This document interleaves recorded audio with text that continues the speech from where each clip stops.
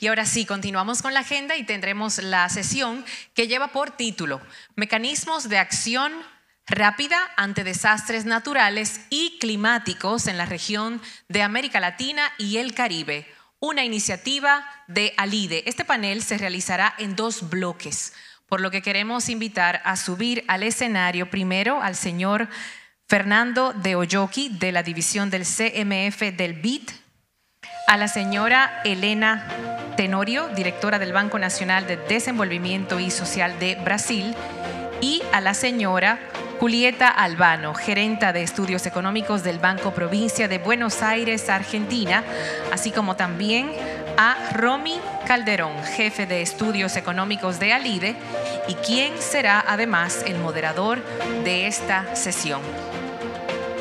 Queremos también llamar, luego que ya están sentados, pues también a nuestro expositor, el señor Enrique Nieto. Y ahora sí, dejamos esta sesión en manos de nuestro moderador, el señor Romy Calderón. Muchas gracias, un saludo a todos. En nombre de la eficiencia del tiempo, voy a ser breve en mi intervención, porque lo importante es lo que van a decir ellos. Yo soy el menos importante acá. Bueno, este panel básicamente se va a discutir. Más que discutir es recibir comentarios y sugerencias a un estudio propuesta que se ha hecho por encargo o por mandato del Consejo Directivo de ALIDE en la última asamblea, la 54 que fue en Fortaleza. Tomando ese mandato y esa sugerencia del Consejo Directivo es que encargamos a nuestro amigo Enrique Nieto, que nos va a hacer la presentación del mismo y luego recibir comentarios en un primer bloque de las personas que acá me acompañan, altos funcionarios de los bancos de desarrollo, y luego vendrá otro bloque también de otros representantes. Así que, adelante Enrique, te doy la palabra. Sí, sí, adelante.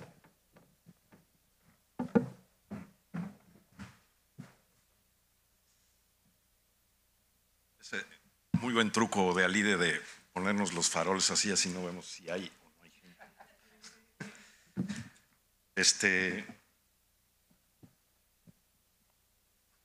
¿Cuál de?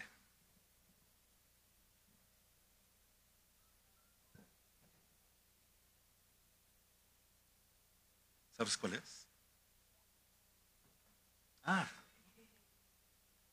Pensé que iba a haber acá.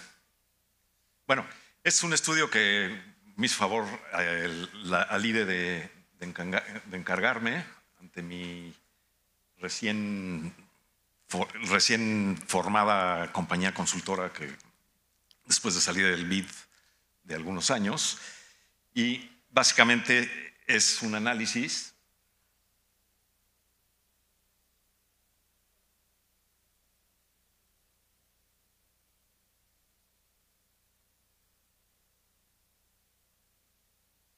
perdónenme, caray, esto con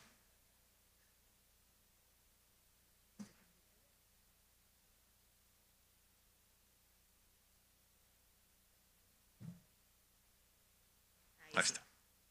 Bueno, básicamente es un breve diagnóstico. La presentación es muy breve, en obvio de tiempo, pero está dividida en 3 partes. Un diagnóstico de la vulnerabilidad estructural de la región, qué mecanismos existen para solventar esta problemática que tiene la región, y una breve propuesta para discusión, ¿no? Tenemos, obviamente se hizo un diagnóstico y pues estamos en una región muy vulnerable a fenómenos tanto climáticos como de movimientos de la tierra, es decir, temblores y otro tipo de consecuencias, ¿no?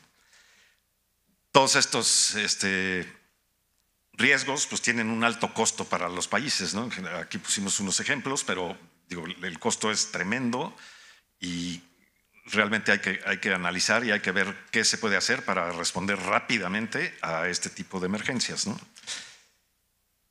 Básicamente existen 2 tipos de mecanismos, unos que son instrumentos públicos nacionales, que la mayoría de los países tienen, como son fondos de emergencia, fondos de prevención, y esquemas o presupuestos específicos, ¿no? Por otro lado, existen instrumentos de mercado y de la banca internacional, que son seguros paramétricos, préstamos contingentes como los que hace el BID y el Banco Mundial, bonos catastróficos de las aseguradoras con desembolso rápido. Todo esto es un poco con ciertos principios de efectividad en términos de elegibilidad, en términos de rapidez de desembolso, en términos de sostenibilidad financiera, que es muy importante, y cada país, es decir, hay que adaptarse a las susceptibilidades de cada país, ¿no? La mayoría de los bancos multilaterales tienen esquemas probados y muy eficientes, como es el caso del BID, que seguramente comentaremos más adelante, y el Banco Mundial también y algunos otros organismos, ¿no? Básicamente nos enfocamos en este estudio pues, a qué ofrecen el BID y el Banco Mundial, y también la Banca de Desarrollo Nacional pues, tiene esquemas de reacción relativamente rápida ante desastres en sus propias naciones, ¿no? Básicamente, las mejores prácticas en la atención a estos problemas es con un enfoque en capas, en atención a probabilidades, por un lado, y por otro lado a la severidad de los acontecimientos, ¿no? Entonces, hay mecanismos que son de retención de riesgo, que es decir, que los países retienen ese riesgo y adoptan esquemas presupuestales o de contratación de créditos o ese tipo de financiamientos para resolver el problema, y esquemas de transferencia de riesgo, que son los esquemas básicamente de seguros, ¿no? y de bonos catastróficos, ¿no? Lo mismo, se estructuran financiamientos en base a este tipo de riesgos, y realmente hay riesgos que se pueden tomar por las aseguradoras, riesgos que debe de tomar el país y riesgos que de plano pues, no es posible prevenir, ¿no? Entonces, en base a esto, hicimos una propuesta para discusión de un fondo de respuesta rápida que es complementario a lo que ya existe, ¿no? O sea, existen barreras porque cada mecanismo se detona tardando cierto tiempo, que puede ser 1, 3 meses, no sé, para recibir financiamiento, ya sea del propio país, ir a los congresos, ir a los órganos de gobierno para disponer de recursos, o disponer de recursos de organismos internacionales y de seguros, ¿no?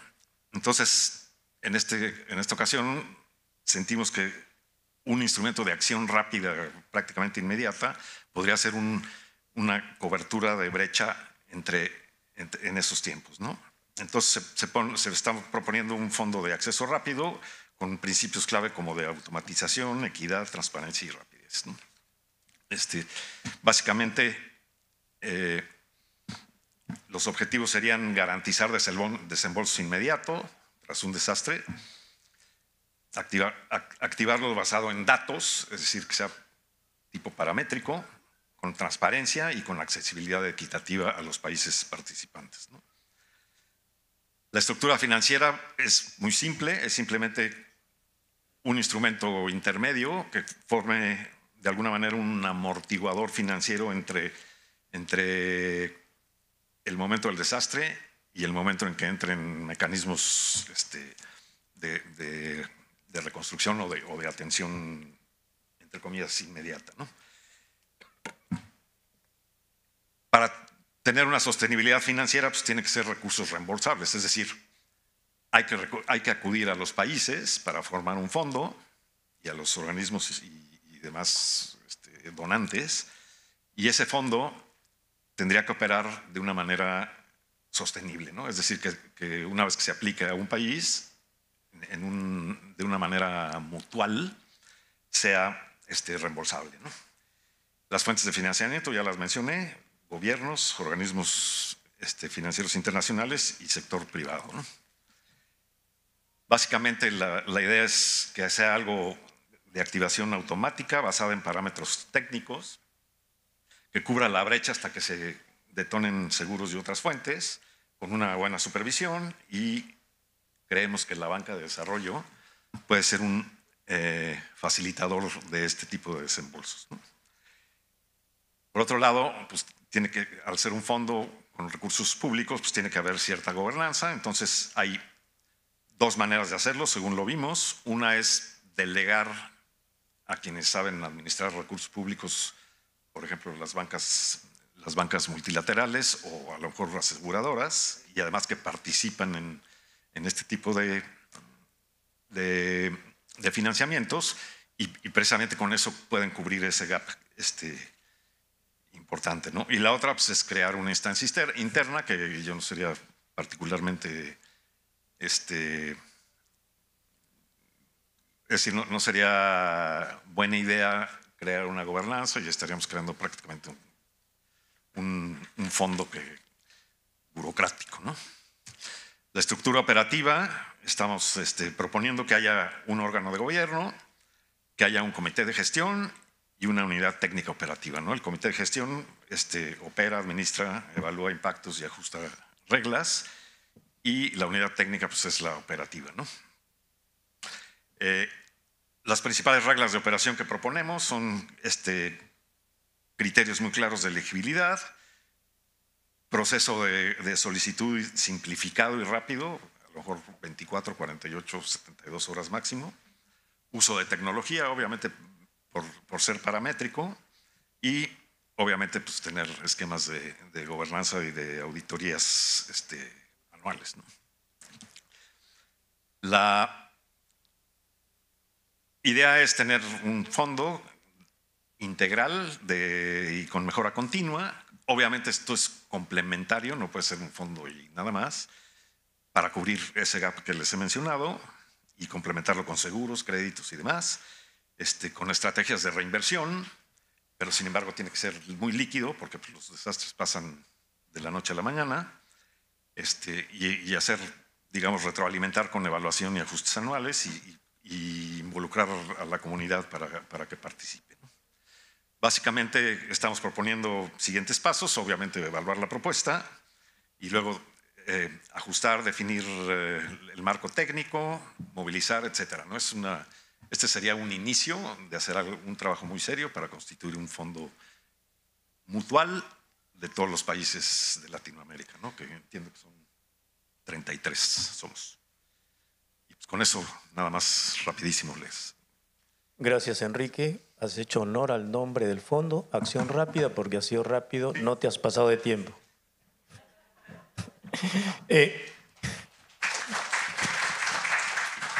Ahora invitamos a Fernando Yoki del BID para que nos dé sus comentarios y apreciaciones. Adelante, Fernando. Gracias, Ron.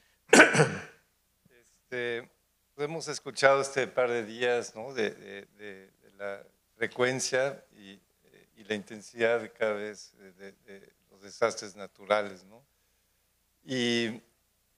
Y pues que esto genera situaciones críticas multidimensionales, ¿no?, de asistencia humanitaria, rehabilitación de servicios básicos como agua, luz, la reconstrucción, activos físicos, vivienda y el sector productivo, ¿no? Desde la agricultura, el turismo, muchos sectores afectados, ¿no? Entonces, que cada vez más, pues, la situación financiera de no solo los gobiernos, sino de los hogares, de las empresas, va a ser más y más vulnerable. De por sí, digo, mucha parte de la población de nuestros países vive en situación vulnerable, ¿no?, entre pobreza entonces, es un reto definitivo que tienen los gobiernos, y donde los bancos de desarrollo definitivamente tienen un papel importante, ¿no? Esto, pues, yo creo que lo que esto se requiere son respuestas que tengan tres características importantes, ¿no? Primero, que sean integrales, que, como mencioné, pues, como afectan muchos sectores y muchos aspectos de la economía, hay que empezar a pensar de forma integral y no parcial. Segundo, que sean rápidos, obviamente. Y tres, eficientes, no solo en costos, sino también operacionalmente. Y pues voy a tratar de ahorita más de comentar sobre estos aspectos. Cuando digo integral, actualmente existen muchos mecanismos que contratan, por ejemplo, los ministerios de Hacienda para atender lo que es la emergencia inmediata, ¿no? Los primeros 6 a 9 meses después de que ocurra un desastre. Por ejemplo, en el BID tenemos, se llama la CCF, son sus siglas, pero básicamente son líneas contingentes que tenemos con los gobiernos, en donde son preaprobadas y cuando ocurre un desastre, dentro de 10 días, los países tienen, las secretarías de Hacienda tienen recursos disponibles que a su vez luego pues derraman a través de diferentes agencias y ministerios que tienen los países. Pueden ser paramétricos o no paramétricos dependiendo del riesgo, ¿no? Por ejemplo, inundaciones, huracanes, terremotos, esos son parametrizables, pero hay otros que no son tan fáciles, como las sequías. Lo que sucede es que lo que no tenemos o no veo que haya en nuestros países es un instrumento paralelo para atender las necesidades del sector privado, ¿no? Porque la reactivación económica, como bien se ha dicho aquí en estos 2 días, pues empieza por ahí, ¿no? Y también para tener soluciones a la resiliencia territorial, ¿no? A nivel municipal. Entonces aquí es donde el gobierno puede tener un papel detonador y tener soluciones financieras para atender esto, ¿no? Por ejemplo, ayer creo que el ICO es el que mencionaba que el éxito de sus avales primero corría después, más bien corría después de tener esa respuesta del gobierno de asistencia humanitaria, ¿no? Entonces, pues y aquí es donde hay un papel clave para la banca de desarrollo, ¿no? De coordinar esta respuesta del gobierno, porque no solo puede dar los financiamientos, sino también es importante su rol como coordinador de los recursos financieros y hasta la asistencia también de recursos, ¿no? Porque hay recursos federales y estatales y están en un lugar idóneo para coordinar estos esfuerzos, ¿no? El segundo aspecto que decía era rápido, ¿no? Entonces, lo que necesitamos son mecanismos ex ante y no ex post. Si lo tienes ex ante, Fernando, te queda 1 minuto. Perdón, ok. Bueno, y eficiente, ¿no? El otro es eficiente, que es en su costo. Entonces, aquí podemos pensar en líneas contingentes, ¿no? Las líneas contingentes podrían detonarse a través de la banca de desarrollo con el objetivo de tener reactivación económica. Y tenemos ejemplos, por ejemplo, el SIGA en Uruguay, donde financiamos un fondo de garantía, que a su vez lo que hacía era otorgar los avales que necesitaban las empresas en COVID. NAFIN creo que tiene unos ejemplos interesantes después de nosotros. Entonces lo que ofrezco es apoyar a los bancos de desarrollo en crear estos fondos que sean ex ante, obviamente, capitalizar o crear fondos o otorgar líneas contingentes que puedan detonarse y poder tener estas soluciones rápidas y creo que sería un éxito para los bancos de desarrollo tener estas líneas o ayudarlos a organizarlas de tal manera que ellos lo puedan detonar dentro de sus propios países y atender esta necesidad cada vez más recurrente. Gracias. Gracias, Fernando. Enseguida le damos la palabra a Julieta Albano del Banco Provincia de Argentina. Adelante, Julieta. Hay Hola, una presentación. Sí, para pasar. Sí, por favor. Sí. Ahí está.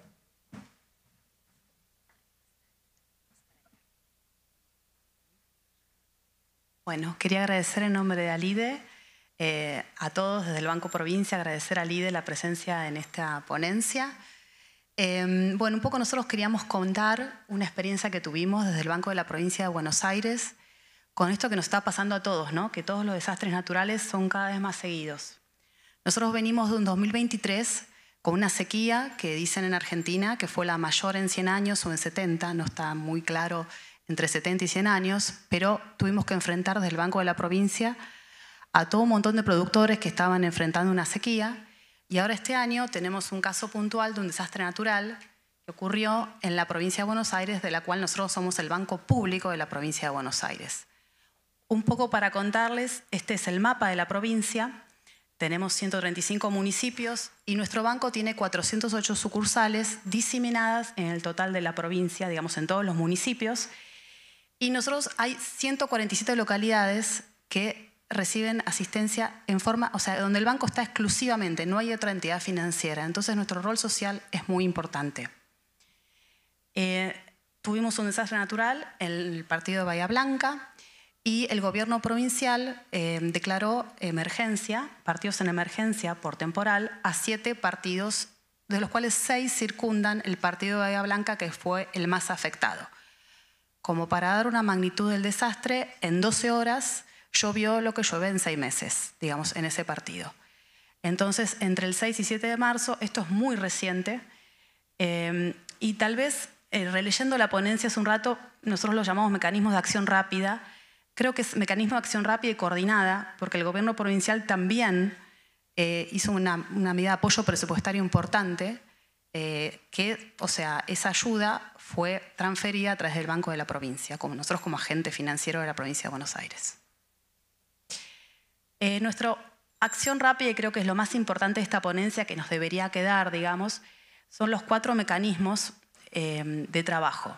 Primeramente, se creó un comité de acción conjunta con 7 áreas del banco, coordinado por Gerencia General, con las áreas más importantes. Este comité de acción conjunta fue un 24/7, lo llamamos nosotros, porque ni bien se desata la tragedia, es acción por WhatsApp entre todos, porque esto ocurrió un viernes, fue sábado, domingo, o sea, un continuado de coordinación de acciones, porque tal vez el área de tesorería pedía dinero y el área de infraestructura decía, no, estamos todos inundados, no hay forma. Entonces, bueno, fuimos coordinando las acciones. Este mecanismo viene para nosotros trabajándose así y tuvimos la experiencia de la sequía muy importante de 2023. Esto no es nuevo para nosotros. También desplazamos bancos móviles hacia la zona afectada por la necesidad de que las personas necesitan el dinero físico. Y tenemos una línea, que ya la teníamos, que es préstamos para afectados por fenómenos naturales, que solamente lo que hicimos fue decir, bueno, estos 7 partidos están en emergencia, esta línea se aplica para estos 7 partidos. Esta es una línea que está en la paleta de productos del banco. Entonces fue rápido, porque no hubo necesidad de diseñarla en el momento, sino que ya estaba prediseñada. Y el tema más importante fue el acceso de todo lo que es los créditos y de la ayuda a través de canales digitales. En los pueblos del interior de la provincia es muy común que las personas quieren ir a la sucursal, pero las sucursales están abnegadas totalmente. Entonces se les presentó a los clientes preofertas de manera digital, que puede ser a través del celular, del home banking, o de un instrumento que tenemos nosotros, que es la billetera digital, cuenta DNI. Entonces, un poco ahí está el proceso, esta ponencia ustedes seguramente la van a recibir, donde el cliente recibe la oferta. Le llega al celular un mensajito, una notificación, donde se le dice que tiene una oferta preaprobada. Y ahí hay un ida y vuelta con los agentes. Porque ¿qué es lo que nos pasaba a nosotros? Digamos, la población damnificada muchas veces era el personal del banco. Y si bien se desplazó personal, nuestra necesidad de una atención totalmente digitalizada era re importante. A ver si pasó. Sí. Una de las premisas de este comité fue garantizar la continuidad del servicio. Lo que podemos decir es que el Banco de la Provincia de Buenos Aires fue la primera entidad financiera en abrir sus puertas. Acá es muy importante el compromiso del personal mismo, y esto está bueno decirlo. Yo no fui a la zona de desastre, pero me han comentado compañeros donde muchas veces el personal mismo limpiaba antes su lugar de trabajo antes de su casa, digamos. Este compromiso del personal ha hecho que en 7 días podamos abrir las operaciones, porque no hay nadie más que conozca su lugar de trabajo como el empleado mismo, por más que desde la provincia, desde Casa Central y Casa Matriz se enviaron recursos. También es de destacar la solidaridad de todos los empleados y de los bonaerenses. Un poco acá la idea es explicarles con qué productos llegamos y este mecanismo de acción rápida, cómo se instrumentó. Estos son productos reembolsables. Después tenemos el subsidio provincial que va a estar en otro slide. Tenemos la línea de préstamos para damnificados que yo recién les explicaba con tasa subsidiada. Y en realidad los montos, si bien fueron otorgados en moneda nacional, se expresaron en dólares como para que ustedes tengan una magnitud. Ay, se me cayó. Si no lo rompí, seguimos. Bueno, en cuanto a montos disponibles, se otorgaron hasta un poquito más de $9.000 por afectado inmueble. En este caso había muchos vehículos que no estaban asegurados, entonces el banco proveía un crédito. Y después también se asistió en un poquito más de $36.000 para comercios y empresas que estaban en la zona de desastre, ¿no? Y con un plazo extendido de 48 meses y 12 meses de gracia para el pago de capital. Todos estos préstamos a tasa subsidiada.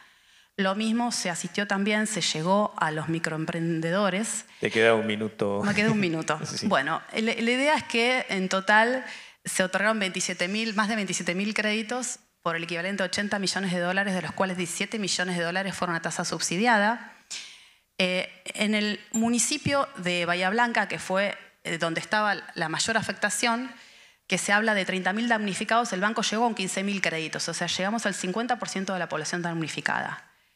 Y tal vez creo que es importante en esto de la idea de acción rápida y coordinada para con la provincia de Buenos Aires, es que el gobierno provincial dio un subsidio no reembolsable. Esto es importante porque a veces las personas no solamente piden crédito, sino que también necesitan una ayuda directa y no reembolsable. Y se le otorgó por familia en determinadas localidades, las más afectadas, $730, o sea, el equivalente a $800.000 por familia afectada. Se llegó a más de 10.000 familias. Después también se trabajó con el Marketplace del Banco Provincia, donde se dieron 36 cuotas sin interés. Trabajamos con la Fundación Banco Provincia, donde principalmente el 80% de la ayuda de la Fundación fue a hospitales. Y también se trabajó con una empresa del banco que es Provincia Leasing, donde se otorgó una ayuda, en realidad un préstamo a tasa subsidiada, a 4 municipios, y también se financió el sector privado para todo lo que es la compra de tomógrafos para que aquellas instituciones médicas privadas tengan acceso.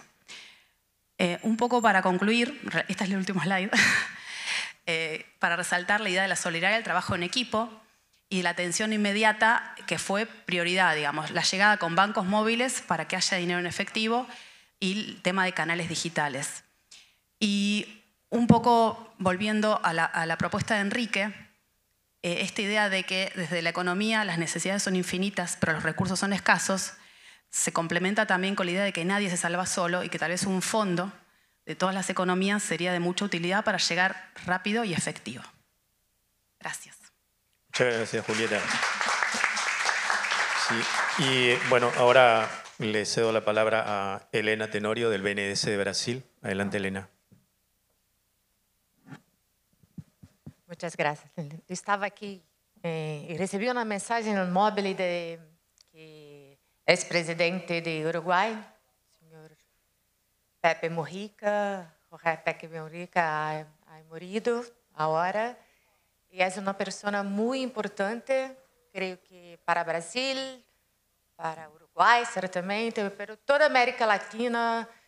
José Pepe Mujica es una persona muy especial, su historia. Entonces, yo gostaria de dejar aquí una homenagem. Eu vou falar um pouco em português, um pouco em espanhol, que chamamos de portunhol. Então, se não entenda algo, que diga, por favor. Diga-me que vou tentar traduzir para inglês ou pedir ajuda. Pedir ajuda para André, que habla muito bem espanhol. Tivemos hoje uma sessão muito boa. Primeiro, congratular a líder por o trabalho que foi feito para o consultor.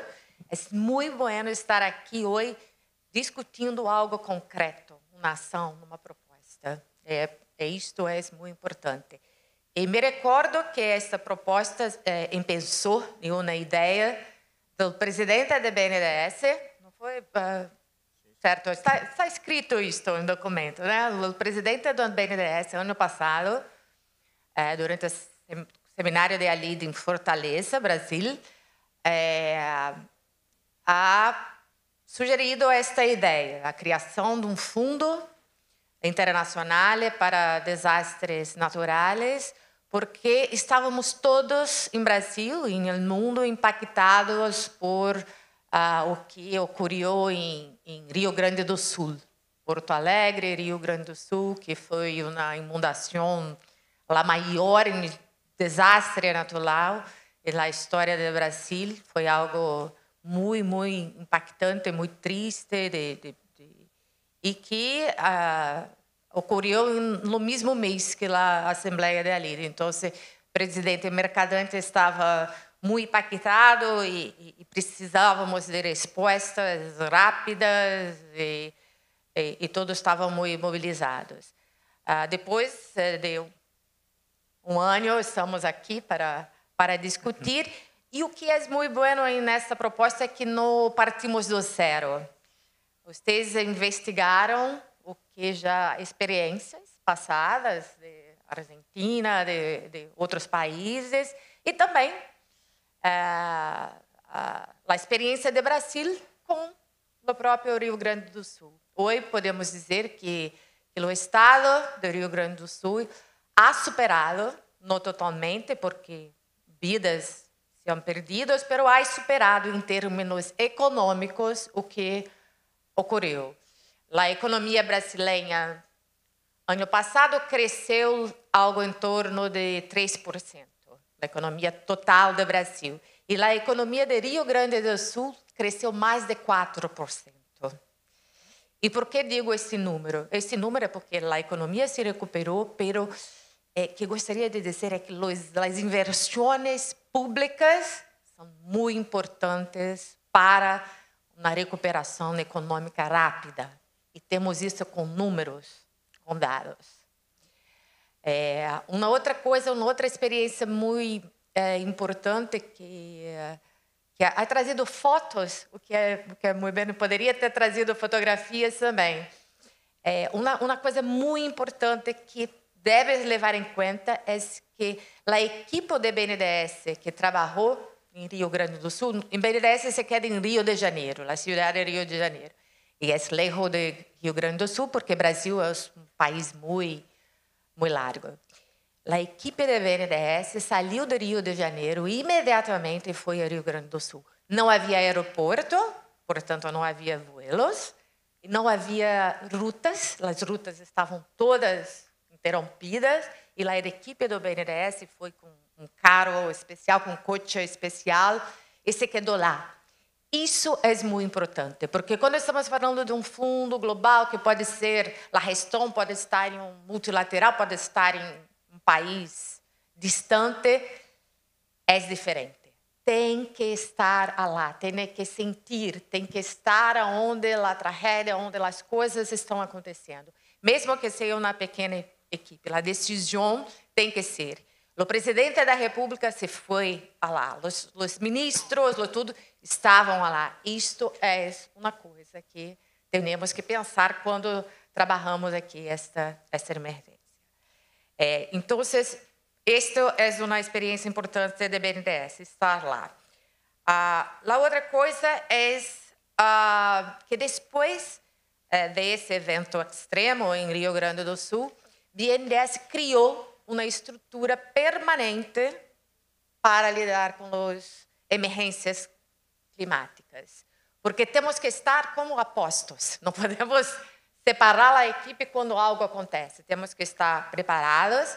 E, então, hoje temos uma equipe que está preparada. E, afortunadamente, os desastres naturais são o novo normal. Vão ocorrer. Quando pensamos que o Acordo de Paris dizia que temos que nos preparar para 1,5% de aumento da temperatura mundial, no ano de 1924 já temos 1,5%. Então, os desastres naturais que vêm do aquecimento global vão ocorrer. E temos que estar prontos. E foi por isso que BNDES também agora é o gestor de um fundo que resultou não de um desastre natural, de um desastre humano, que foi uma barreira, e aí vou pedir ajuda para a tradução, uma barreira de cimento, de vale, é isso?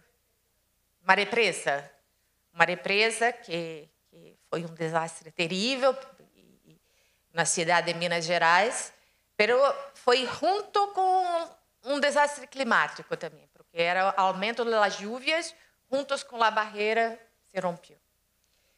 E se ha estabelecido um fundo muito grande, porque a empresa privada na justiça foi condenada para pagar esse fundo de cerca de 10 mil milhões de dólares, 50 bilhões de reais. E o BNDES hoje, por conta de já ter esta estrutura e esta governança, é o gestor deste fundo. Então, é o segundo aprendizado. Estás listo, estás pronto para rir. E a terceira coisa é a importância de ter instituições que hablem entre si, com governos locais, com o governo federal, com o Congresso e com a iniciativa privada e com a banca privada. Uma coisa muito importante em Rio Grande do Sul foi que todos os bancos e BNDES suspenderam os pagos por um ano, porque é como um ato imediato, ok? Tem um ano que não vai pagar as dívidas, e isto é uma coisa que tem que envolver muitos agentes. Então, há que ter uma governança que faça estas conexões. E estamos aqui, se o consultor, se a líder quiser depois saber mais sobre um ano depois da experiência, podemos cambiar mais informações. Correcto, muchas gracias, Elena. Enrique está a disposición para conversar ahí. Bueno, estos son dos bloques, viene otra parte emocionante también interesante. Les agradecemos mucho, los invitamos a bajar y ahorita invitamos a... Sí, adelante. Invitamos a los siguientes. Así es, pues muy bien. Permanecen con nosotros el señor Romy y también el señor Enrique Nieto. Le agradecemos a los panelistas del primer bloque por sus valiosas intervenciones y los invitamos a que nos acompañen desde el plenario. Llamamos a continuación a los señores Liliana Zapata, secretaria general de Financiera de Desarrollo Territorial de Colombia, y también a Laverne McFarlane, economista senior del CARICOM Development Fund, así como también al señor Iván Cornejo, director de organismos financieros internacionales de Nacional Financiera de México. Señor Calderón, una vez estemos ya acomodados todos en el escenario, tiene usted nuevamente la palabra y la moderación de esta segunda parte de la sesión.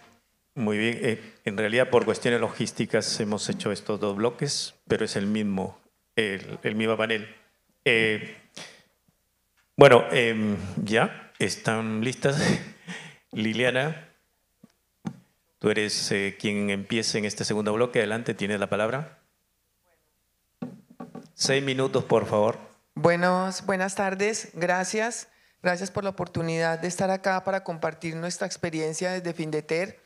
Como ustedes saben, Findeter es un banco de segundo piso, es un banco de redescuento que esencialmente hace crédito como banca de segundo piso, excepcionalmente de primer piso, pero a su vez tenemos una fortaleza muy grande y es que hacemos asistencia técnica a todas las entidades del territorio nacional.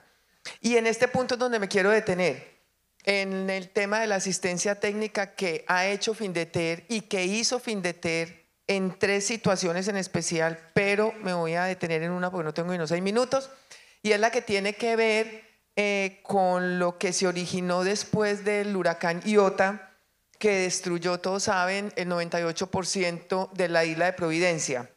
Nosotros fuimos los encargados de la reconstrucción de Providencia.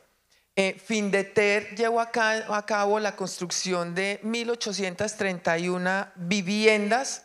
Esto se hizo en tiempo récord, creo que es la única reconstrucción que se puede contar que se hizo completamente, que a estas alturas de la vida, esto fue en el año 2020, nosotros comenzamos la reconstrucción en el 2021 y en el año 2023 ya estaban todas las viviendas, los hogares construidos. Creo que mi antecesora, la persona que expuso ahora, ella dijo una cosa muy importante y fue lo que nosotros vivimos en ese momento. El hecho de trasladarnos al sitio del desastre, al sitio donde ocurrió esto, fue muy importante y marcó un hito, porque una cosa es hacerlo desde el escritorio, en el territorio nacional, en Bogotá, que estábamos nosotros, a trasladarse allá, trasladar la mitad de las personas de Findeter que estuvieran en la isla para poder realizar los procesos de contratación, los procesos de adquisición de bienes y servicios, el traslado de personal. Nosotros trasladamos 3.000 personas a las islas para que trabajaran en la reconstrucción, pero trasladar 3.000 personas no es trasladar 3.000 personas, por eso me va a pesar porque estos 6 minutos se me van a quedar corticos. Trasladar 6.000 personas era trasladar casi familias enteras para que trabajaran en la isla, porque obviamente los isleños, esto tiene otro nombre, estaban en otro momento, o sea, estaban llevando su propia pena de su casa destruida, de sus familias separadas, de todo lo que implica un tema de estos. Ellos no estaban preparados para ponerse a trabajar en la reconstrucción. Esto fue todo un proceso. Pero además quiero decir algo que es muy importante y que creo que no ha tocado ninguno de los expositores anteriores ni ayer, que tocaron un tema, y es el tema del marco regulatorio. Si no hay un marco regulatorio fuerte y flexible, no se puede hacer lo que nosotros hicimos en Providencia. En Providencia, en este momento, yo les puedo decir, tenemos 8 intentos de auditoría fiscal para ver qué encuentran en Providencia, para ver qué pasó con los recursos. Y ninguno de los 8 intentos de auditoría fiscal ha terminado en un proceso de responsabilidad fiscal ni en una investigación. No tenemos una sola investigación ni penal, ni fiscal, ni disciplinaria por lo que se hizo en Providencia. ¿Por qué? Porque había un marco regulatorio claro, amplio y concreto, flexible, que nos permitía contratar directamente todo lo que se podía contratar directamente. Había exceptuadas las normas presupuestales, había exceptuadas, por ejemplo, había una cantidad, ustedes saben que en Providencia, no sé si lo saben, en Providencia para ingresar a la isla, esto tiene una cantidad de limitaciones por la misma idiosincrasia y las políticas que hay en la isla. Estas normas nos permitían que, por ejemplo, esas 3.000 personas que traíamos del continente, como se dice, pudieran ingresar a la isla, porque en condiciones normales nunca hubieran podido ingresar. A nosotros nos tocó hacer cambuches. Cambuches son casas improvisadas, carpas, para poder dormir no solo las 3.000 personas que venían a trabajar en la isla, sino los 30 y 50 trabajadores de Findeter que se trasladaron a la isla para poder organizar la forma de poder hacer las contrataciones en la isla. Transportamos, creo que fueron 600 toneladas de material para la isla en una cosa sin precedentes. O sea, lo hicimos con la Armada, con el Ejército, con la Fuerza Aérea, lo hicimos con los mismos contratistas, contratábamos en planchones de la gente de la isla. Ustedes saben que en ese momento hay un tema de monopolio de precios, todo el mundo se aprovecha a pesar de las necesidades. Nos tocó pagar cantidades grandísimas de recursos para poder trasladar los materiales para llegar a la isla. Eso no se hubiera podido si no hubiéramos tenido un marco regulatorio suficiente que nos lo permitiera. Obviamente todo esto tenía un control. Tuvimos un esquema de un fondo rotatorio que era donde se manejaban todos los recursos de la reconstrucción. La reconstrucción nos costó 160 millones de dólares, creo que es la cifra. Solamente estoy hablando de las viviendas, porque hicimos también reconstrucción de hospitales, colegios, escenarios deportivos, posadas, pero estoy hablando solamente de la reconstrucción de las viviendas, 160 millones de dólares creo que fue. Esto se manejó a través de un fondo rotatorio. Si lo hubiéramos manejado conforme a las normas presupuestales normales que tiene cualquier país y cualquier norma de contratación, no lo hubiéramos podido hacer, no lo hubiéramos podido hacer. Se controló cada peso y por eso vuelvo y repito y me parece tan importante. 8 auditorías, 8 intentos de revisión de ver qué había sucedido con la plata. Pero como teníamos el marco regulatorio, la supervisión y las interventorías, no ha pasado nada. Las viviendas están, habrán inconvenientes como siempre, habrán personas que no estén satisfechas, habrá uno que otro isleño que diga que no, pero ahí están las viviendas. Pero quiero hablar otra cosa, no sé cuánto me falte de minutos, quiero decir que la reconstrucción además fue con fines preventivos, porque no se trató solamente de reconstruir viviendas, ¿no? Porque reconstruir viviendas sería muy fácil, reconstruyan las 1850 viviendas, no, fácil no era muy difícil. Reconstruir 1850 viviendas fue muy difícil, o 1831. El tema es que dentro de esas 1831 viviendas hubo 333 viviendas, me puedo equivocar, que eran viviendas tipo refugio. ¿Por qué? Porque pensamos en el futuro, porque pensamos en que esto iba a volver a suceder, porque esto pasa cada año. Entonces esas viviendas tipo refugio se hicieron regadas por toda la isla de Providencia para que albergaran cada una de las viviendas 12 o 15 personas, me puedo equivocar en la multiplicación, 12 o 15 personas que pudieran llegar fácil ahí, son tipo búnker, tienen un espacio tipo búnker y ahí las personas se pueden refugiar si llega a haber otra posibilidad de estas. Las personas saben que sus viviendas están para eso, que deben albergar las personas, entonces albergan a todas las personas que viven en la isla. Que creo que esto es muy importante porque hay que pensar en el futuro, hay que pensar en la prevención también. No sé cuánto me falta para ver si… Ya pasó. Bueno. Muchas gracias, Liliana. No, has tocado dos conceptos importantes, regulación y el otro, prevención, que ayer se hizo mención justamente.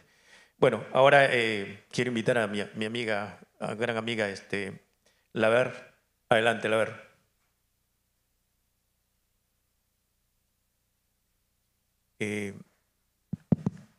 Yeah.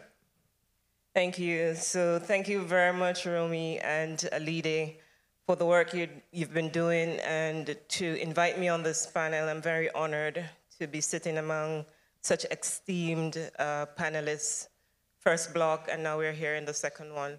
So I'm going to take a different perspective from what we've been hearing in the discussion, because the presentation, the paper, the proposal that's put forward is very timely. I mean, we all are very familiar with natural disasters in one way, shape, or the other, whether it's fire, flood, hurricane, whatever it is, we are very familiar, and we've heard the experiences of the countries. But I wanted to focus a little bit on the methodology, because if we're talking about this fund, you want to ensure that it's structured in such a way for success, and that's critical. Now, there's no doubt that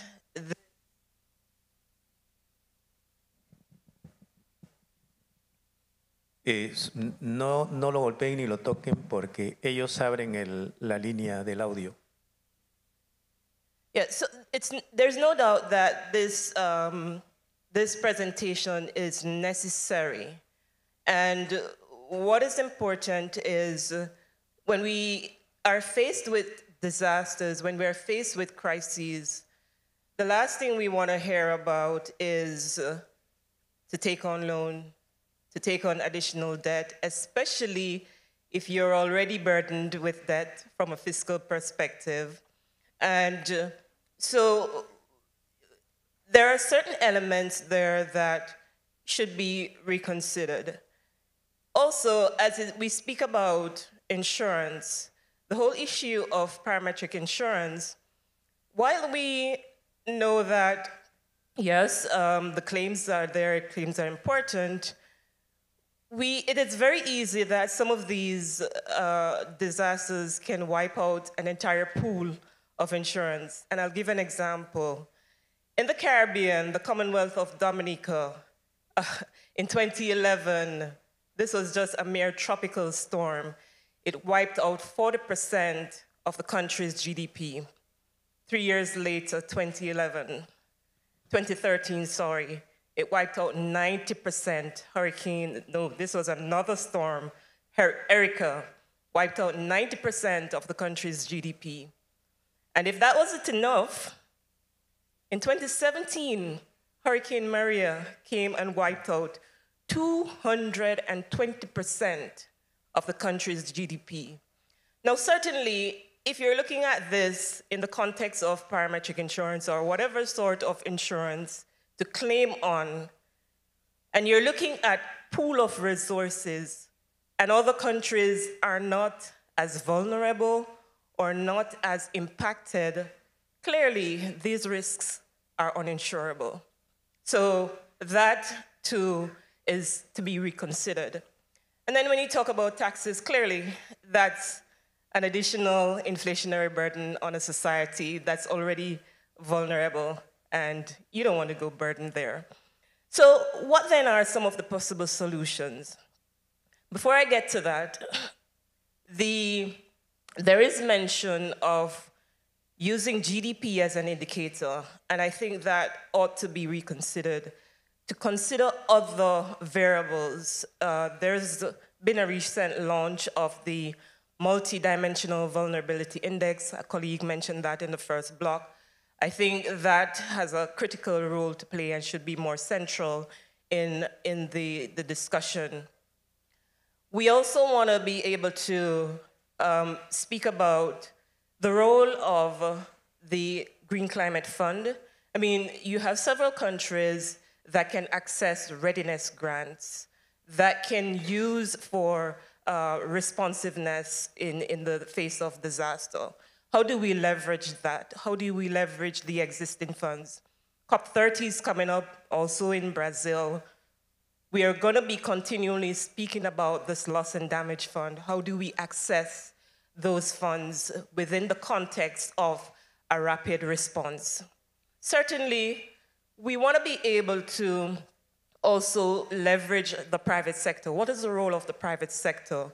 Should we now be focusing more on public-private partnerships in the context of a counter-cyclical buffer, wherein in the good economic times, we can be building up buffers, building up reserves from both the public and the private sector, such that when crises like these occur, we can lift the lever and create that rapid response that is necessary. And then finally— 1 minute. Thank you. I said finally. Finally, in the context of the construct of the fund, just to close the loop, while we should be focusing on rapid response, this really should be a short-term fix. On the longer term, we should be focusing on building resilience such that we reduce the need to respond rapidly. And in that context, the fund really should be a comprehensive fund in such a way where there can be a carve-out or a sidecar focused on rapid response, but the core structure of the fund should be on building resilience, both climate resilience, economic sustainability. And we've done this with the structuring of the Caribbean Community Resilience Fund, where we've basically, as the CARICOM Development Fund sponsored the fund, created a first loss capital. That first loss capital, catalytic in the sense that it has reined in 9x the amount of the 15 million. So the fund size is now at $135 million. And it's a blended financing facility where we're crowding the private sector. We're looking at pension funds, private institutions within the various economies of the Caribbean community. So I think this is a way that we can go in terms of addressing and fixing these issues in the Latin and Caribbean region. Thank you. Muchas gracias, Laver. Finalmente, nuestro último panelista, Iván Cornejo de NAFIN. Ellos dan el audio, ellos abren línea. Por favor. Pueden... Ahí, listo. Gracias, Rami. Entonces, el último y después de la comida, entonces es muy complicado, ¿no? Me pusieron la vara muy alta aquí mis colegas, muy buenas oradoras. Nacional Financiera, el banco que yo represento, es un banco mexicano. Tenemos, más bien, yo creo que el panel en el que estamos ahora no se trata de descubrir el hilo negro, ¿no? Los productos financieros están puestos ahí en la mesa. Más bien es un tema de compartir experiencias y ver cómo sumamos esfuerzos para que haya esta voluntad política de poder generar un fondo que ayude a esas naciones que realmente no tienen acceso a estos recursos de acción inmediata, ¿no? Eso yo creo que es el objetivo principal de estas actividades. Entonces, platicando el caso mexicano, lo que México tiene, hablando de temas de normatividad y estructura legal y todas esas actividades, pues el gobierno de México tiene un plan que se llama el Plan de Desastres Naturales, DN3, que se activa de manera inmediata cuando se dice que hay un desastre natural, dependiendo de la tipología, ¿no?, que tiene identificada la ley en México. Lo más importante es esos temas de ayuda humanitaria.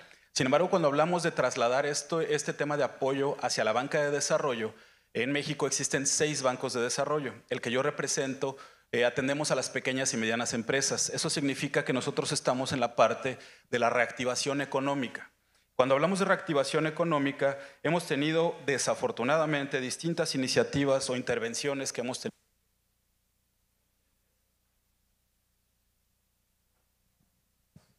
Gracias.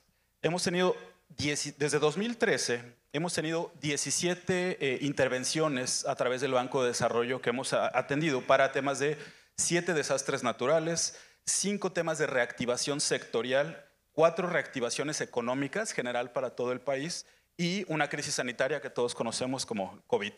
En ese sentido, nuestro instrumento principal hasta esas fechas había sido el tema de las garantías. El tema de compartir el riesgo, de lograr que, como somos un banco de segundo piso, conseguir que la intermediación financiera sea ágil y pueda llegar a donde tenga que llegar en el momento que tiene que llegar. Nuestros créditos o el fondeo que otorgábamos a los intermediarios financieros estaba garantizado al 100%, ¿no? Esos créditos están al 100%, en donde lograbas obviamente una tasa de interés en mejores condiciones y lograbas que la gente también se comprometiera, porque al final del día, en una situación de crisis, todo el mundo te va a decir que sí al financiamiento. Lo que necesitas es dinero inmediato para poder conseguir nuevamente insumos y que tu negocio se reactive. Eso ha sido nuestro objetivo principal en el banco. Tenemos casos que hicimos que considero yo que eran costosos, pero que cumplían su objetivo, generaban impacto. Y hoy tenemos casos mucho más eficientes. En algún momento lo que logramos tener incluso era un tractocamión, esta oficina móvil nosotros le llamamos. Entonces la oficina móvil lo que tenía era una caja de tráiler que se abría de manera automática y tenía una oficina o varias oficinas en donde lográbamos que representantes de instituciones financieras llegaran con su documentación o con su laptop y pudieran autorizar créditos de manera inmediata para que la gente pudiera acceder a esos recursos. Eso funciona y creo yo que ayuda mucho porque la gente sabe que alguien lo está apoyando, ¿no? Ver a la persona de frente y tenerlo de manera inmediata ahí es algo que da confianza y es algo que da esperanza para que puedas lograrlo. ¿Por qué? Porque estamos hablando de vidas, estamos hablando del alimento, del sustento de las familias. Entonces eso es importante y obviamente del sueldo de los trabajadores que colaboran contigo, ¿no? Es muy, muy importante esa parte. Y ahora a lo que hemos transitado, Nacional Financiera hace 2 años y medio lo que creó es un fondo, un fideicomiso público que se llama Fondo Sostenible NAFIN. Este fondo lo que tiene es la oportunidad de recibir recursos de donaciones de manera inmediata, pueden ser donaciones internacionales o pueden ser de terceros privados en México o en el extranjero. Este fondo lo que hace es recibe estos recursos y conoce o tiene una estructura en donde la normatividad para ejercer el gasto de manera inmediata está totalmente planchado. Algo de lo que estábamos hablando es cuando en México recientemente tuvimos unos huracanes del lado del Atlántico, del Pacífico, en donde el Banco Interamericano de Desarrollo, el BCIE y también la CAF donaron recursos para la asistencia inmediata a esto. Si el Fondo Sostenible NAFIN no hubiera estado listo, México no hubiera tenido un mecanismo para recibir esos recursos y ejercerlos de una manera inmediata. Recordemos que hay normativa para gastar el recurso de los organismos internacionales y también hay una normativa local. En ese sentido, el tema de poder comprar ambulancias, que es lo que hicimos, el tema de poder comprar techos de lámina para las viviendas que se estaban restableciendo o demás insumos, fue un ejercicio tan ágil que ni siquiera nosotros mismos que teníamos el producto lo lográbamos imaginar. ¿Qué logramos con el Fondo Sostenible? Transparencia, por un lado, unas compras inmediatas con mejores precios, porque recordemos que en temas de crisis los precios se van a las nubes de cualquier insumo y eso avanza bastante bien. Pero otra actividad es la parte fiduciaria. Al tener un fondo, tú puedes dispersar 10 millones de dólares en un solo momento a 10,000 personas o a 1 millón de personas, porque la parte tecnológica, la parte de los desembolsos, es una forma muy ágil de tenerlo. Entonces, el hecho de tener un fideicomiso bien estructurado, con reglas de operación totalmente claras, te permite desembolsar ese recurso de manera inmediata y logras que llegue a quien tenga que llegar en el momento que tenga que llegar. Entonces, la experiencia de México en ese sentido ha sido grata. Consideramos que el tener un fondo sí es importante tener los recursos disponibles, una forma de poder gastarlos de una manera eficiente y justamente que no regresemos al tema de administrarlos de una manera burocrática y que tenga que pasar por distintos órganos de decisión. Para nosotros el caso de tener un fondo local que atienda estas actividades nos ha ayudado muchísimo. Solamente agregando un ejemplo más de cómo hemos utilizado el fondo, aparte de desastres naturales que tenemos en México por distintas fallas geológicas, por tener volcanes, por tener Caribe también, ¿no? También sufrimos de desastres ecológicos por la mano del hombre. En el Golfo de México también tuvimos un derrame de petróleo. Este derrame de petróleo se negoció una compensación con esa empresa y el gobierno de México y se otorgaron ciertos recursos al gobierno de México. Esos recursos hoy están financiando, repito, el Golfo de México, por si alguien ha escuchado ahí, ¿cómo se llama? El Golfo de México. Entonces, ¿no? Entonces, este recurso, lo que está haciendo el Fondo Sostenible es recibe este tipo de donaciones y ahora tiene un programa abierto con el Instituto Nacional de Ecología y Cambio Climático de México, en donde hay convocatorias para todos los pescadores, ¿no?, que están en el litoral que fue afectado justamente por ese tema. Entonces, el Fondo Sostenible lo que sigue siendo es un instrumento financiero que te permite organizar y distribuir los recursos y los técnicos se tienen que encargar de los técnicos y los bancos de desarrollo nos encargamos de la parte financiera. Muchas gracias. Muchas gracias, Iván. Solo por haber hecho esa aclaración del Golfo de México te permití un minuto más. Bueno, no, hemos tomado nota junto con Enrique Nieto de todos los comentarios, la sugerencia, los conceptos vertidos, el tema de la regulación, el tema de actuar de manera colectiva, cooperativa, integral, la normatividad, la acción rápida, todo ese tipo de cosas las estamos considerando. Enrique ha tomado nota. Por lo menos mentalmente, ¿no? Así que este es un tema que da para más. Esperamos, aquí que están los amigos de la EBD, los amigos de Brasil, tener la oportunidad quizás en la COP30 de hacer algo y poder seguir discutiendo este tema porque creo que da para mucho, ¿no? Así que muchas gracias a todos por la gentileza de habernos escuchado, a nuestros panelistas también por lo breve y lo conciso que han sido. Gracias, muy amables a todos.